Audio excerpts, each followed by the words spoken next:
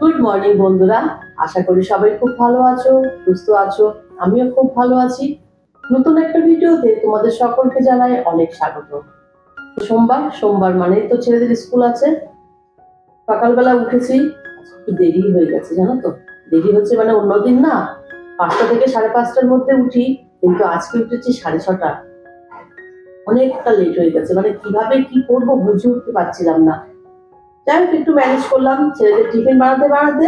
মানে যেদিন কিছু ঘটে সেটা ঘটেই যায়। ছেলেদের টিফিন বানাচ্ছিলাম, বানাতে বানাতে গ্যাসটা শেষ হয়ে গেল। তারপর আবার ইন্ডাকশনে সবকিছু করলাম। যাই হোক ওদেরকে সবকিছু রেডি করে দিয়ে ওদেরকে পাঠিয়ে দিলাম।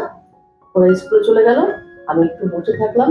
তারপর চা করে নিলাম, ইন্ডাকশনে চা করলাম, তোমরা দেখতে পেলে। চাটা খাবো, খেয়ে বাদ বাকি কাজে হাত দিল। গ্যাস তো নেই, গ্যাস আস্তে আস্তে ঠিক 11:30 12টা বাজবে। শীতের বেলায় এতক্ষণ তো গ্যাসের অপেক্ষা করা যাবে না। তাই ভাবছি যে কিভাবে রান্না করা যায়। রান্না করব, ইন্ডাকশনে করতে পারি, রাইস কুকারেও হতে পারে, কিন্তু না, আজকে না আমি বাইরের রান্নাঘরে রান্না করব। তোমরা যারা আমার পুরনো ভিউয়ার্স তারা জানো যে আমার বাইরে একটা রান্নাঘর আছে, সেখানে মাটির উনুন করা আছে। সেই উনুনেই আজকে রান্না করব। আর কিভাবে রান্না করব সেটা তো তোমাদেরকেই দেখাবো। আসলে কি বলতো, শীতকালে না, এই গ্রাম অঞ্চলে, শীতকালে বলে না, গ্রাম অঞ্চলে কিন্তু মাটির উনুনের প্রচলনটা এখনো আছে। আমার বাড়িতেও আছে, আমার শাশুড়ি মায়ের ওই রান্নাঘরে এখনো সেইভাবে উনুন আছে। যদিও উনুনটাকে নতুন করে একটু করা হয়েছে, রান্নাঘরে আছে। আর আজকে আমি উনুনে রান্না করবো। আর শীতকালে উনুনে রান্না করার মজাই কিন্তু আলাদা। শরীরটা গরম থাকে, উনুনের পাশে আগুন থাকে।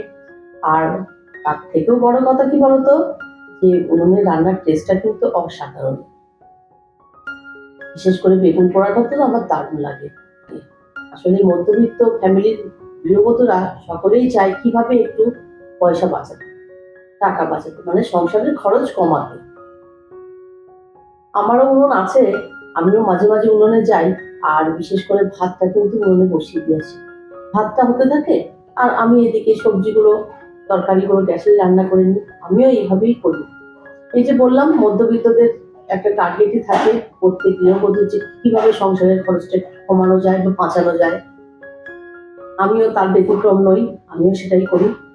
যাই হোক অনেক বকবক করলাম, চলো আজকের দিনটা তো তোমাদের সঙ্গে কিভাবে কাটাবো সেটা তো দেখাবোই। আর কিভাবে উনুনে রান্না করি, আর তোমরা কারা কারা উনুনে রান্না করতে পারো আমাকে কমেন্ট করে জানিও। এখন চাটা খাবো, খেয়ে নিয়ে তারপরে কাজ করবো। চলো আজকে তোমাদের একটা অন্যরকম ভিডিও তোমাদের সামনে শেয়ার করবো।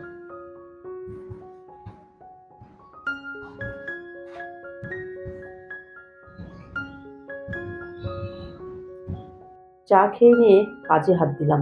আজকে অনেকটা বেলাও হয়ে গেছে, তাই তাড়াতাড়ি করে কাজগুলো সেরে নেব। ঘরের কাজগুলো গুছিয়ে রেখে ওই যে বললাম আজকে বাইরের রান্নাঘরে মানে উনুনে রান্না করব, তাই তাড়াহুড়ো করে ঘরটাগুলো গুছিয়ে নিচ্ছি। আর এদিকে রান্নাঘরের অবস্থা দেখেছো, সকালে আর বুঝে উঠতে পারছিলাম না যে কিভাবে টিফিনটা তৈরি করব।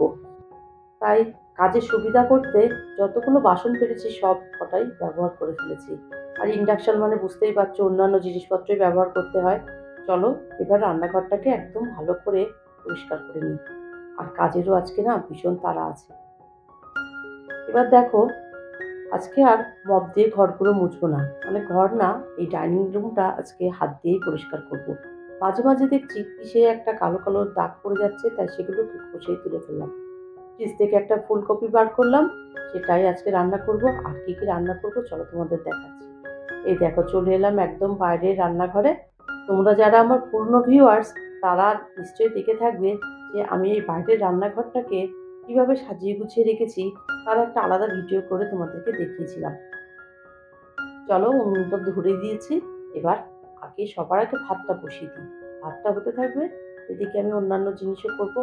আর এটা দেখো ওদেরকে কি দেখাচ্ছি বলতো, উনানে যে রান্না করি তার জন্য সব কিছুই কিন্তু আমার আলাদা আলাদা ব্যবস্থা করা আছে। আর ওইটা দিয়ে আমি জল তুলি, সেটাই তোমাদেরকে দেখাচ্ছিলাম। একদিকে ভাত, একদিকে জল বসিয়ে দিয়েছি, জলটা গরম হতে থাক। আর এদিকে মুগ ডাল তো আমার আগে থেকে ভাজাই থাকে, ওই মুগ ডালটাকে ধুয়ে জলের মধ্যে দিয়ে দেবো। দুটো রান্না একসঙ্গে হতে থাকবে। আর এদিকে আমি আরো কিছুটা কাজ গুছিয়ে নেব। মুগ ডালটা দিয়ে দিলাম, দেখতে দেখতে কিন্তু মুগ ডালটা সিদ্ধও হয়ে গেছে।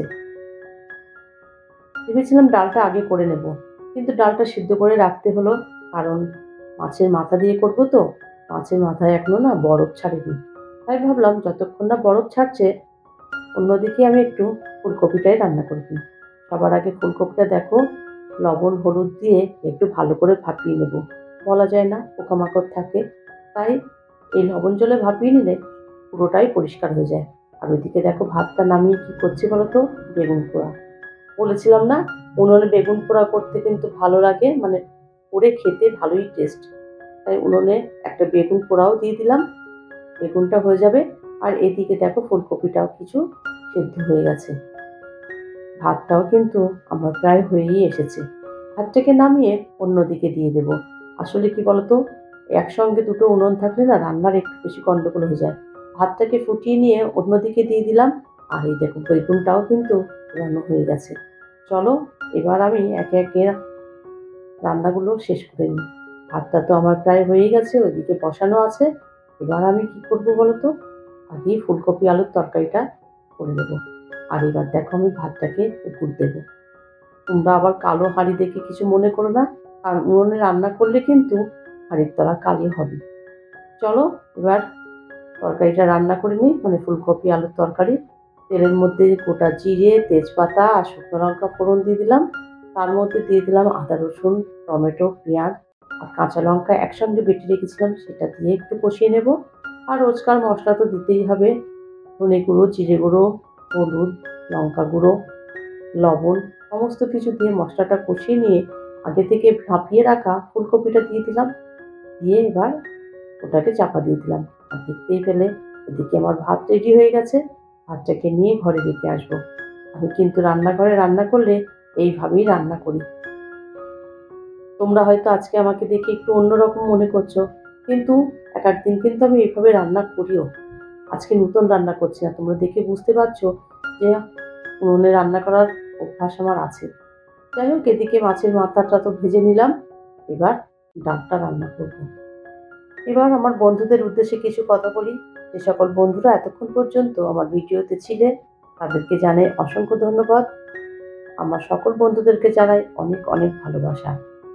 আজকের এই ভিডিওটার কোনো অংশে যদি তোমাদের ভালো লেগে থাকে তাহলে প্লিজ একটা লাইক করে দিও। আর নতুন বন্ধু হলে অবশ্যই সাবস্ক্রাইব করে আমার পাশে থেকো। আর ভিডিওটা কেমন লাগলো কমেন্টের মাধ্যমে আমাকে জানিও।